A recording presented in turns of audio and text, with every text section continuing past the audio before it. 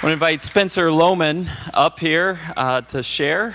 Spencer is just now in the launch process, getting ready to launch United Church coming up soon, Greensboro. Welcome, Spencer. Here you go. He's going to share on how to capture millennials for the mission, because he is one. Takes one to know one.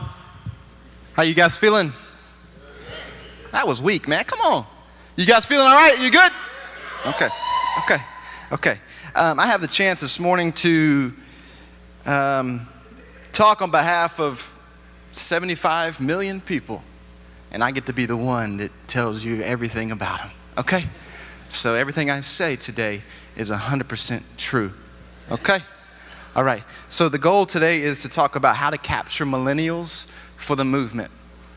How to capture millennials for the movement. I was told this is like a TED Talk kind of concept, but I realize we have new leadership in the Wesleyan Church, so I think we need to change this concept to an Ed Talk. How do you guys feel?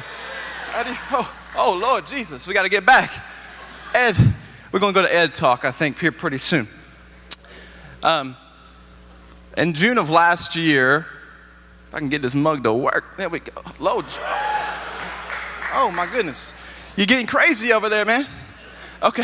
In June of last year, my wife and I moved into Greensboro, North Carolina, which is the third largest city in North Carolina, about 300,000 people, about 750,000 people in the greater Greensboro area, to plant an urban church in downtown. It's a city with about 50,000 plus college students. It has the largest HBCU in the entire country, North Carolina A&T University, and it has the thinkers, the leaders, the creatives, and the innovators of tomorrow. And we have a chance to engage them right there in their context. And we are planting and launching in September. We meet right now in an old Moravian church fellowship hall. 1930s. It's like a museum up in there, okay? So that's just a glimpse of kind of what we're doing in Greensboro right now, which is awesome. We're going to try this clicker again, see if we can get it to work. Or you can just go to the next slide. How about that? So in 2016, millennials passed baby boomers as the largest generation. 75 plus million people. We can tell who's a millennial by somebody who just shouted, okay? 75 plus million people. So who are millennials? This is kind of a conversation that's a little bit different depending on where you research it. People aged 20 to 35. Age 20 to 35. How many in here are a millennial? Okay, raise your hand. Now, some of you, I know you ain't millennial. I know you're not 35. You're like 37, okay? I think Matt Leroy had his hand up. Put your hand down. Early 80s to late 90s. These are the millennials. So going on, let's look a little bit more about more millennials. Who are millennials? Millennials grew up on things like Saved by the Bell. Come on. I mean, Kelly Kapowski in the 90s, boy. Oh, Jesus. What you know about the little hugs? The little hugs? That is liquid diabetes. Listen, go back. Listen, every vacation Bible school you ever went to had these jokers. They did. Go back to the next one. AOL Instant Messenger. My wife's name was Peaches and Cream 754. Legends of the Hidden Temple. What you know about blue barracudas, okay? On to the next one. N64.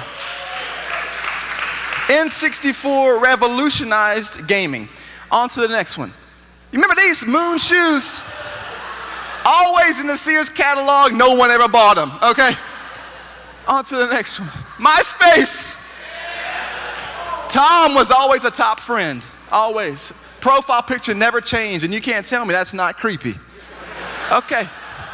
And most importantly, Power Rangers, okay? Mighty Morphin Power Rangers. On to the next slide. Culture says millennials are. This is who culture says millennials are. A couple things. They say that we're lazy. They also say we're narcissistic. They also say that we are entitled. And they also say we are unmotivated. Okay? This is a good glimpse of what culture says millennials are. Yes, I prefer the guy on the right with the cheese puffs. But the facts say millennials are philanthropic or philanthropic, depending on where you live. I'm in the South, so it doesn't really matter how you pronounce words. They also say millennials are creative. They also say that they're tech savvy, and they are also a very inclusive group of people. On to the next slide is an example of this is who we are. This is who millennials are, a quick snapshot. So what does this mean about millennials as a culture, as 75 million people? What does this mean?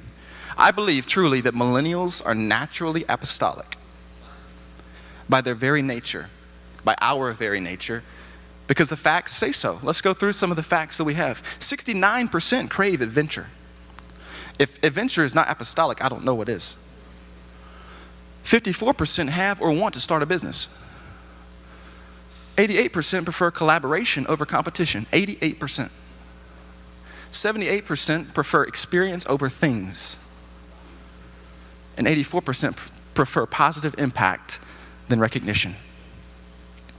So, looking at those stats, I believe that millennials are naturally apostolic individuals. On to the next slide.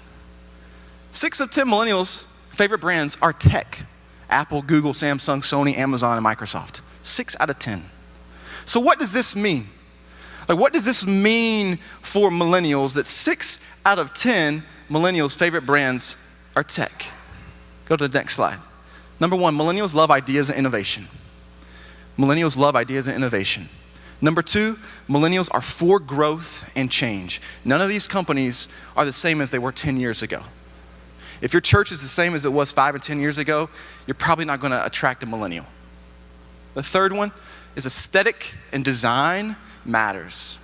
Aesthetic and design matters. All of these companies are sleek, they're modern, and they're simple. Okay? On to the next slide. So here's 5 ways. I do want to give you some nuggets. 5 ways I believe that you can capture millennials. At least for me, this is what I believe is my own way to capture millennials. The number 1 thing, do what you say you do. You must articulate why your church exists and how your existence is going to impact it. Millennials are tired of hearing about mission statements. They're tired of hearing about vision statements. They want to know how you're going to make an impact in your community, in your context. Ice Cube says it best. Yo, dog, you said be the church? You crazy. I know that's funny. But the fact of the matter is a lot of us are not actually being our mission. We just articulate it. We don't live it out. And millennials sense that very quickly. Exhibit, Ice Cube, they're the same thing. I'm kidding. I'm just kidding. You definitely are a millennial. My bad. It's the cornrows, you know. Less is more. Be simple. Programs and flash doesn't captivate millennials. Vision and authenticity does. Programs and flash, being a jack of all trades, master of none, does not capture a millennial. Simplicity and authenticity does. Now that is Kevin Hart. I know that for truth. Stop, you're doing the most. There's a phrase in millennial culture, it says you're doing the most. Some churches are just doing the most. You got programs and you got these different crazy things happening all throughout the week and Monday, Tuesday, Wednesday, Thursday, Friday. You know, millennials are like, please, let's get back to why we exist. On to the third one. Creativity must be valued. Think outside of music and stage designs, please. Creativity is not just about cooler music, and it's not about making the sweet, cool stage design. Think outside of the box. Digital media must be done well. If you don't have resources, this next slide, please take a minute to check them out. One's called Instagram, okay? Use Instagram. And please, if you're a church planter, church planters always want to design their own logos and their website. Get on Squarespace. Let it design it for you. It's sleek, it's modern, it looks good. MailChimp is awesome, direct mail campaigns. Stop sending out emails through Microsoft Office. Pexels, there's free photos for your sermon series. Canva, design graphics online. Get a photographer, please. Stop taking pictures with an iPhone in your church. Get a photographer who is a millennial. Facebook Live, Printful, Vistaprint. Use these as resources for you. On to the next one. Be for the city. Your church doesn't exist for itself. Millennials love cities. On to the next one. A couple weeks ago, Coach Jim Boeheim made some comments about Greensboro. And he said there's no value in having the ACC tournament there. Well, on Friday, I was having a conversation with a buddy of mine, and he said, dude, you guys need to do this t-shirt that says Greensboro versus Boeheim.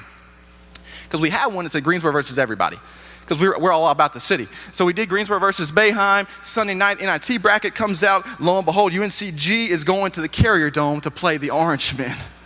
All of a sudden, in a moment, we had hit like this crazy momentum. By the next day, we were on USA Today, ABC News, ESPN, Yahoo Sports. I got called from an NPR station in Syracuse about this church that did this t-shirt, said Greensboro versus Boeheim. And I say that because we prayed a prayer last year that we wouldn't be a church about ourselves or build some Tower of Babel, that would be able to have a posture of cultural influence in the city. We haven't even launched yet, but because we are for the city, we've been able to have a position to bring our entire community together before the city.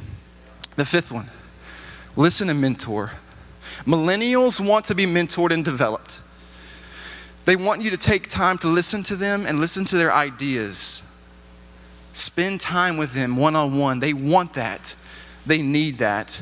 And these are two incredibly handsome guys, found it online, thought it'd be appropriate.